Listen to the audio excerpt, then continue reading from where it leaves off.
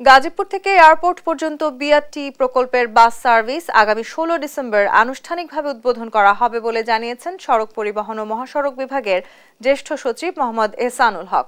শনিবার দুপুরে বিআরটি প্রকল্প পরিদর্শন শেষে গাজীপুর মহানগরীর শিববাড়ি বিআরটি প্রকল্পের স্টেশনে এক আলোচনা সভায় তিনি বিষয়টি নিশ্চিত করেছেন।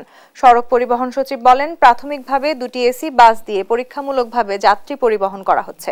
জানান, গাজীপুর থেকে এয়ারপোর্ট পর্যন্ত প্রতিটি স্টেশনে ফুটওভার ব্রিজ রয়েছে। এছাড়া আরও অতিরিক্ত 10টি ফুটওভার ব্রিজ নির্মাণ করা হবে।